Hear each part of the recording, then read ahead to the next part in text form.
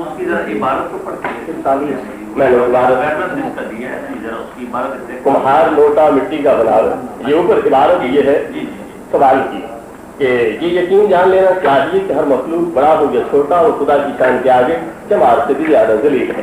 یہ ہے عبارت. اس عبارت کا مضمون کیا ہے, مطلب کیا ہے, مولانا علیہ رحمت نے اس سے کیا مراد دیا ہے؟ جواب, اس عبارت سے مراد حق تعالیٰ کی بے نہایت بڑائی ظاہر کرنا ہے کہ اس کی سب مخلوقات اگرچہ کسی درجہ کی ہو اس سے کوئی مناسبت نہیں رکھتی. کمہار لوٹا مٹی کا بناوے اگرچہ خوبصورت پسندیدہ ہو اس کو احتیاط سے رکھے مگر توڑنے کا بھی مختار ہے, اور کوئی مناسبت اسی وجہ سے لوٹے کو کمہار کے ساتھ نہیں ہوتی. بس حق تعالیٰ کی ذات پاک جو خالق محض قدرت سے ہے اس کے ساتھ کیا نسبت و درجہ کسی خالق کا ہو سکتا ہے؟ کافی ہے اتنی اس مقصد کو سمجھانے کے لیے. آئیے میں دوسری بات آپ حضرات کے سامنے رکھتا ہوں. یہ ہے ارواح ثلاثہ, اور مولانا اشرف علی صاحب اس کے جمع فرمانے والے ہیں. اس کی آیت نمبر 156 یہ ہے کہ حضرت حاجی صاحب رحمۃ اللہ تعالی علیہ یہ حدیث ہرا کے موقع پر سرکار عالم صلی اللہ علیہ وسلم سے صادر ہوئی ہے. آپ وہاں سے واپس ہوئے تو آپ کو ذرا لرزہ ستاری تھا تو آپ نے ارشاد فرمایا زملونی زملونی. اس کی وجہ بیان کرتے ہوئے کہ کہاں جبریل کا مقام, کہاں سید الکل کا مقام, تو جبریل کو دیکھنے سے آپ پہ یہ کبھی سی کیوں طاری ہوئی, کیسے ہو سکتا ہے؟ اس کی وضاحت کرتے ہوئے فرماتے ہیں کہ حضرت صلی اللہ علیہ وسلم نے جبریل کے آئینہ میں اپنی صورت کو دیکھا. وہ جبریل کی صورت کو نہیں بلکہ اپنی صورت کو اس آئینہ میں دیکھ کر جب وہ حقیقت محمدیہ اچانک آپ پہ منکشف ہوئی تو آپ پہ یہ کیفیت طاری ہوئی. اس کی مثال دیتے ہوئے آپ فرماتے ہیں کہ حضرت صلی اللہ علیہ وسلم اس وقت یکایک اپنی حقیقت کا تحمل نہیں فرما سکے جو جبریل کو دیکھ کر آپ پر منکشف ہوئی. اور یہ قاعدہ ہے کہ غیر جنس میں رہ کر اپنی حقیقت محجوب رہتی ہے اور ہم جنس کو دیکھ کر منکشف ہو جاتی ہے.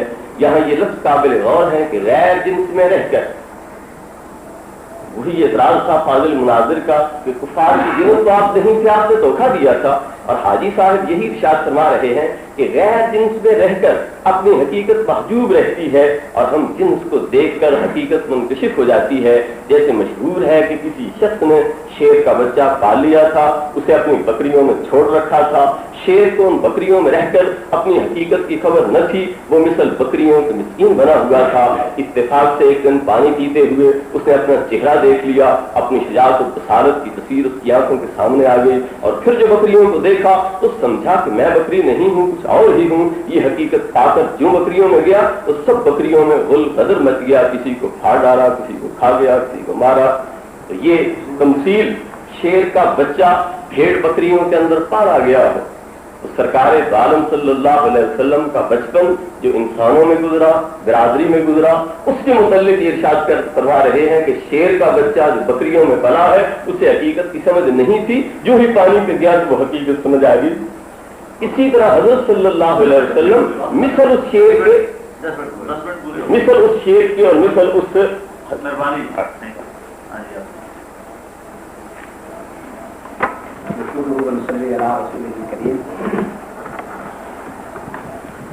قابل صد احترام سامعین, میرے قابل مخاطب میں میرے اعتراض کا جواب بلکہ اس کے بجائے وہ عبارات پیش کرنا شروع فرما دی کہ جن عبارات کو وہ اپنے مستقل دوسرے موضوع میں پیش فرما سکتے تھے.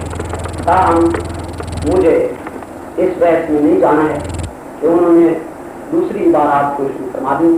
میں اتنا بتلانا چاہتا ہوں, میرا اعتراض یہ تھا اور عبارت کو دوبارہ پڑھتا ہوں کہ اس عبارت میں حضرت صلی اللہ علیہ وسلم کی دوگلی پالیسی معاذ اللہ ثابت ہوتی ہے یا نہیں, اور آپ صلی اللہ علیہ وسلم کا کفار کے ساتھ دھوکہ کرنا ثابت ہوتا ہے یا نہیں. وہ عبارت دوبارہ پڑھتا ہوں تاکہ بات اور کھل کے آ جائے. اس آیت میں کفار سے خطاب ہے کیونکہ ہر چیز اپنی غیر جن سے نفرت کرتی ہے, لہذا فرمایا گیا اے کفار تم مجھ سے گھبراؤ نہیں, میں تمہاری جن سے ہوں یعنی بشر. شکاری جانوروں کی سی آواز نکال کر شکار کرتا ہے, اس سے کفار کو اپنی طرف مائل کرنا مقصود ہے. اگر جو بندی بھی کفار ہیں, کفار میں سے ہی ہیں, تو ان سے بھی یہ خطاب ہو سکتا ہے ہم مسلمانوں سے فرمایا گیا ایکم مثلی.